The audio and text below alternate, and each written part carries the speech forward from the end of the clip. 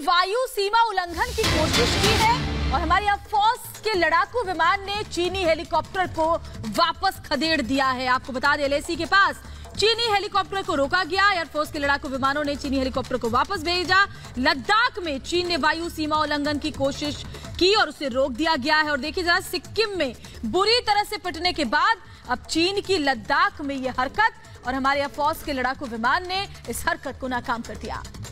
Major गौरव आर्या हमारे साथ इस वक्त जुड़ चुके हैं न्यूज रूम से। मेजर, सवाल यही है कि चीन क्या करना चाहता है? इस वक्त पूरी दुनिया चीन से आई एक बीमारी से लड़ रही है और चीन कुछ अलग ही सोच रहा है, अलग ही षड्यंत्र में लगा हुआ है। जी बिल्कुल, जब से ये पता लगा है चीन को कि भारत ने पाकिस्तान को बोला है कि पाकिस्तान ऑक्यूपाइड कश्मीर और गिलगिट बाल्टिस्तान से वो इलाका खाली कर दे और भारत ने वहां का तापमान बताना शुरू करा है, तो निश्चित रूप से पाकिस्तान और चीन दोनों जगह तापमान बढ़ा है, बहुत ज़्यादा बड़ी दिक्कतें हुई हैं उन लोगों को। इसलिए ये जो कहते हैं एग्रेसिव पॉस्चर्स, हमारी फौज के साथ हाथापाई करना, helicopters line of actual control के पास उड़ाना, ये सब एग्रेसिव पॉस्चरिंग है। क्योंकि चाइना पाकिस्तान इकोनॉमिक कॉरिडोर, जिसमें चाइना ने अभी तक $50 बिलियन के लगभग $45 to $50 बिलियन इन्वेस्ट कर चुके हैं, वो गिलगिट बाल्टिस्तान से अंदर आता है और वो अभी पाकिस्तान के अवैध कब्जे में है। तो अगर भारत उसको ले लेता है तो इनकी पूरी लागत डूब जाएगी, इसलिए चाइना ये कर रहा है डर के मारे।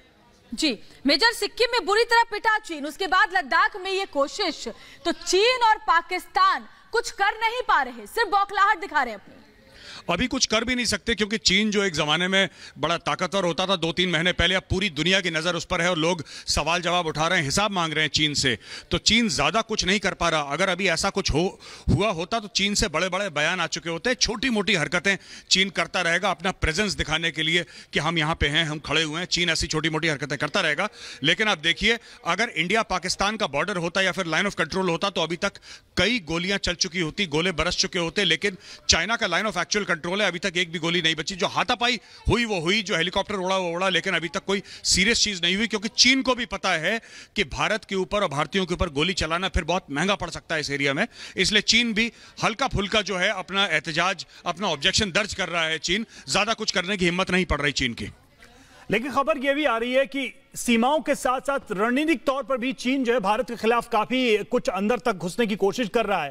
पहले हम नेपाल में सुनते थे, खबर यह भी आ रही है कि भूटान के अंदर वो डिस्टर्बेंस पैदा करने की कोशिश कर रहा है, प्रोपेगेंडा मशीन का इस्तेमाल करके वहां के लोगों, युवाओं को भड़काने की कोशिश कर रहा है। तो चीन कुछ तो सोच रहा है भारत के खिलाफ इस समय, इस संकट की घड़ी में भी। नहीं, देखिए ये कोई नई बात नहीं है। चीन काफी टाइम से पहले, ये ऐसी बात नहीं है कि पिछले 1 महीने में शुरू हुआ है, काफी टाइम से चीन कर रहा है ये कि जिसको हम लोग ग्रे जोन वॉरफेयर बोलते हैं, 5th generation non contact, non kinetic या फिर एसिमेट्रिक वॉरफेयर भी इसको दिया जाता है। अलग अलग शब्द है, मैं समझाने के लिए एक तरीके से इनको बोल रहा हूं। चाइना ये कर रहा है जहां पे कि बिना लड़े आप दुश्मन के खिलाफ वार कर सकते हैं, दुश्मन पर वार कर सकते हैं। जैसे कि किसी के पॉलिटिकल सिस्टम में इंटरफेयर करना, जैसे कि उसने श्रीलंका में करा था, या फिर भूटान में जिस तरीके से यंग स्टूडेंट्स को, कॉलेज और स्कूल के स्टूडेंट्स को प्रोपेगेंडा से भड़काना, ये सब लड़ाई के दूसरे तरीके हैं जो चीनी हथकंडे अपना रहा है। क्योंकि चीन को भी पता है कि इस वक्त भारत वो 1962 का भारत नहीं है कि आप चढ़ दौड़े भारत पे और आपने गोली चला दी और भारत को समझ में नहीं आया कि क्या हुआ है। ये भारत दूसरा है, नया भारत है। चीन कुछ करेगा तो फिर ईंट का जवाब पत्थर से मिलेगा चीन को। मेजर गौरव आर्या, चीन की जो ये नापाक हिमाकत सामने आ रही है, इसके पीछे की मंशा दरअसल क्या है? क्योंकि पहली मर्तबा नहीं, कई बार इस तरह की जो नाकाम रणनीति है चीन चल चुका है। देखिए, चीन की रणनीति बड़ी आसान है समझने को अगर हम समझें। चीन ये नहीं चाहता कि भारत एक विश्व शक्ति के रूप में उभरे, एक विश्व गुरु के रूप में उभरे। और दुनिया सपोर्ट कर रही है, दुनिया भारत की तरफदारी कर रही, चाहे वो अमेरिका हो, चाहे वो जापान हो, चाहे वो ऑस्ट्रेलिया हो। क्वाड हम लोग कहते हैं, क्वाड कंट्रीज, 4 देश हैं, तो ये बहुत ज्यादा मिलकर भारत को सपोर्ट कर रहे हैं। क्योंकि उनको लग रहा है कि भारत ही है इस पूरे खित्ते में, इस पूरे एरिया में जो चीन को आंखें दिखा सकता है या चीन का मुकाबला कर सकता है, चाहे वो मिलिट्री तौर पे हो, चाहे वो इकोनॉमिक तौर पे हो। तो सब लोग सपोर्ट कर रहे हैं। चीन ये कभी नहीं चाहेगा कि बिल्कुल उसके बॉर्डर से लगा एक और एशियन जायंट खड़ा हो जाए। वो खड़ा हो चुका है, वो अलग बात है, लेकिन चीन ये कभी नहीं चाहता। इसलिए चीन ऐसा करता रहता है, छोटी मोटी हरकतें करता रहता है कि भारत अनसेटल हो। और चीन को सपोर्ट भारत के अंदर से है, उन वामपंथियों से, उन कम्युनिस्ट से जो कि माओ त्से तुंग या फिर चीन को अपना गुरु मानते हैं और चीन की तरफ देखते हैं लीडरशिप के लिए। तो हमारे देश के अंदर भी कुछ ऐसे एलिमेंट हैं जो उन लोगों को सपोर्ट करते हैं। जी मेजर गौरव आर्या, भूटान में ब्लॉग्स के जरिए, लेखों के जरिए चीन प्रोपेगेंडा फैलाने की कोशिश कर रहा है, वहां के युवाओं को बरगलाने की कोशिश कर रहा है। लेकिन क्या चीन को यह पता नहीं कि भारत और भूटान के रिश्ते कितने प्रगाढ़ हैं? देखिए, भारत सिर्फ भारत और भूटान के नहीं, भारत और नेपाल के भी हैं, लेकिन चीन को यह पता है कि कभी ना कभी किसी ना किसी देश में कोई ऐसा उसको नेता मिल जाएगा, कोई पॉलिटिशियन मिल जाएगा, या कोई भी ऐसा इन्फ्लुएंशियल आदमी जिसका वहां पे वर्चस्व हो, टोटल कंट्रोल हो, वो इंसान वहां पे मिल जाएगा जिसको चीन पैसा देकर खरीद ले। चीन ने जब हनुमानटोटा पोर्ट बनाया था श्रीलंका में, चीन ने वही करा था। पाकिस्तान में चीन ने वही करा है। पाकिस्तान तो खैर दुश्मन देश है, लेकिन जो बर्मा की, आप भूटान की बात कर रहे हैं, लेकिन वहां पे भी यही कर रहा है चीन। लेकिन मेजर, अगर दो देशों की बात करें इस पूरे एशिया में, दक्षिण एशिया में भारत और चीन सबसे बड़े देश हैं, सामरिक शक्ति है। सीमाओं का ऐसा उल्लंघन, आप हवाई सीमा का उल्लंघन करने की कोशिश करते हैं, लैंड पर आप इंक्रोच करने की कोशिश करते हैं, क्या चीन ऐसी हरकत नहीं कर रहा है कि भारत किसी भी तरीके से अपना गुस्सा दिखाए या भारत रिएक्ट करे? रिएक्ट करने की, भड़काने की, ये क्या हरकत नहीं है चीन की? देखिए, चीन को यह तो पता है कि भारत रिएक्ट करेगा, इसलिए चीन जो भड़काने की कोशिश कर रहा है वो ऐसी कर रहा है, इतनी कर रहा है जिसको कहते हैं बिलो द थ्रेशोल्ड।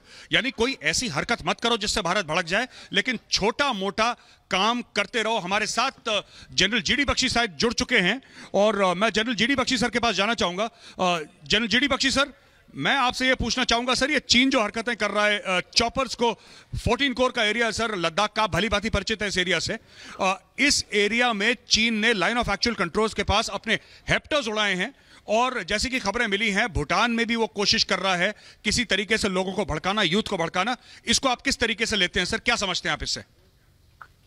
गौरव, मेरा अंदाज ये है कि अभी Pakistan had raised the ante in Handwara, in JNK, और भारत ने जब उसको घुड़की दी कि भाई वापस आप पे पलटवार होगा, ठंडे पसीने पाकिस्तान के निकल गए, दौड़ा दौड़ा अपने आकाओं के पास गया चीन में, और वो छोटी मोटी डेमोन्स्ट्रेटिव कार्रवाइयां कर रहे हैं जैसे वो हमेशा करते हैं।